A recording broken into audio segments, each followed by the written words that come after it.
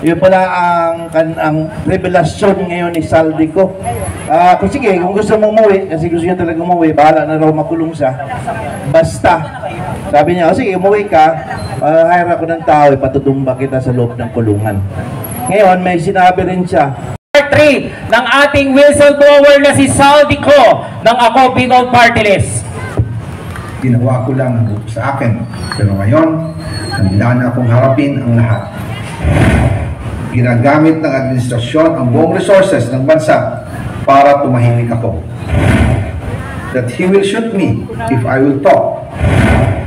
Gagamitin ako bilang panakipbutas sa kanilang kampanya laban sa korupsyon.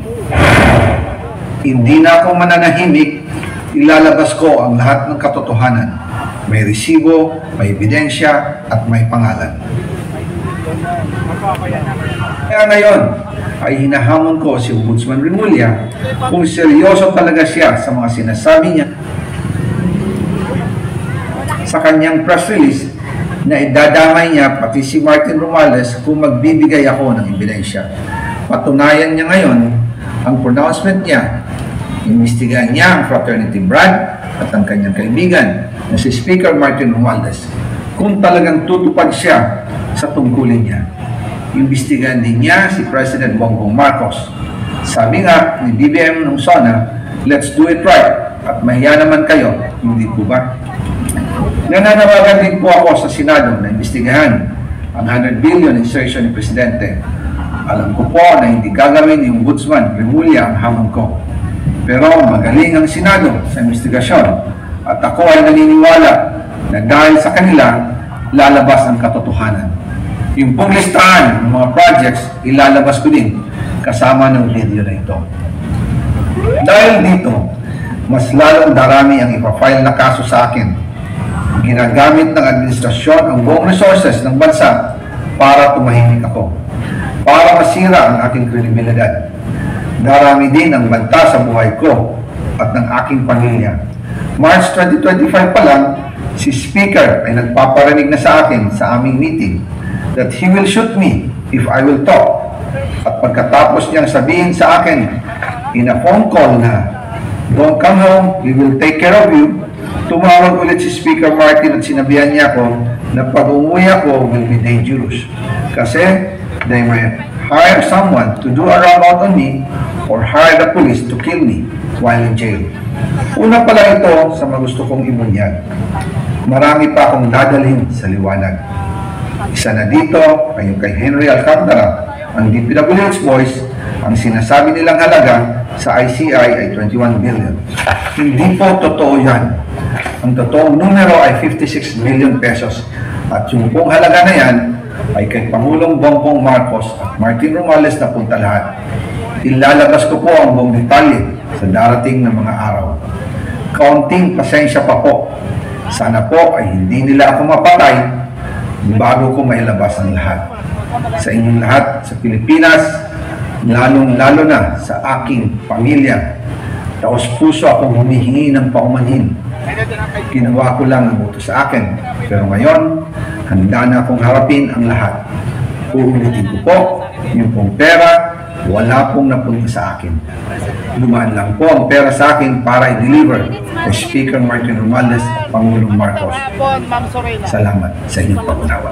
Welcome sa ating lahat, Ma'am Soraya. Litigation lawyer, guaranteed speech po yan sa Constitution natin. Basta wala pong sinabing kuha tayo ng mga gamit, pag-alsa tayo, kunin natin ang gobyerno, bawal yun. Pero pag sige tayong sabing resign, pipilitin natin, pwede po yun. Why? Because po, government authority resides in us.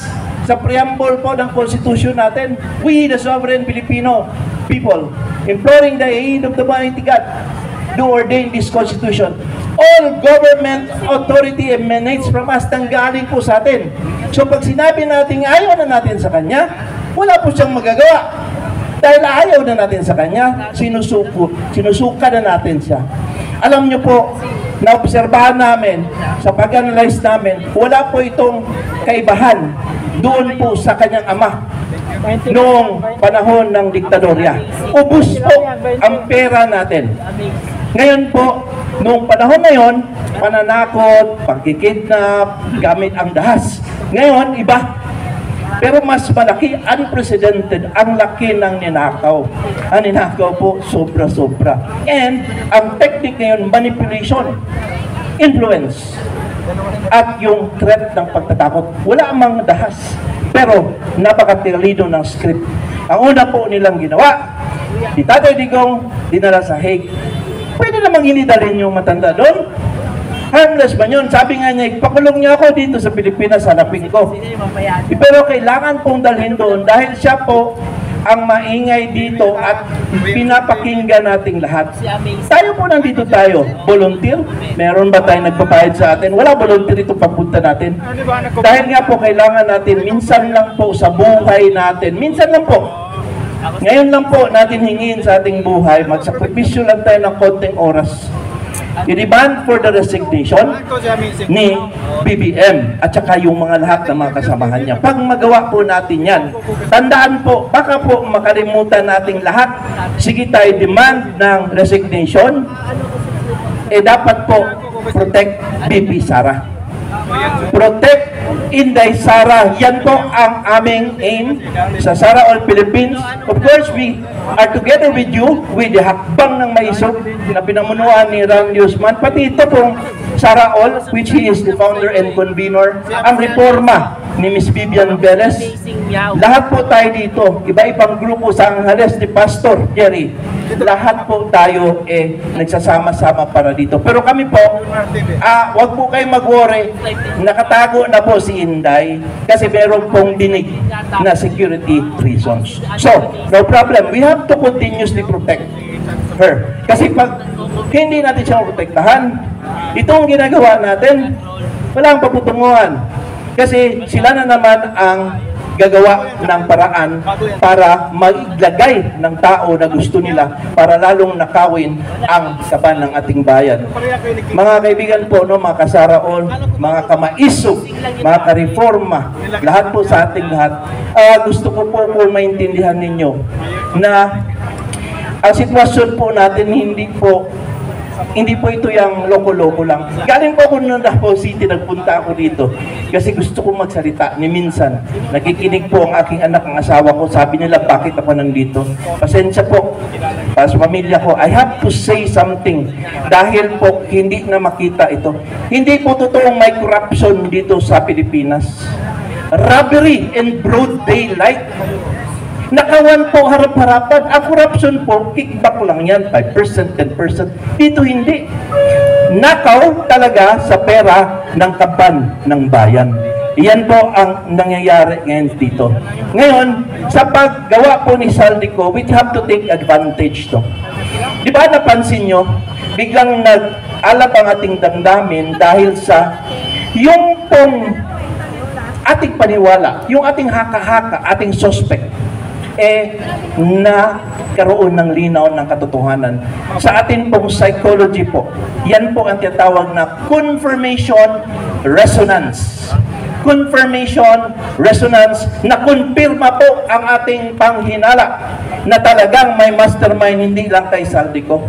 Ano ang inaantay natin? Hingin na po natin na umalis na siya. Wala na pong reason. You see clear? Wala. Barking dog yan. Huwag na natin pakinggan yan. Ang mga depensa po na denial, yan po ang weakest evidence, weakest defense. Kahit sa criminal proceedings natin, pinaka-weak yan. Especially, walang mapakitang counter na dokumento, walang specific denial, kundi atakihin si Saldico dahil nagtatago at sasabihin niya na hindi magagawa yun dahil siya nag-expose. Yang klase pong depensa po, hindi yan makakasolusyon. Para lang po kayo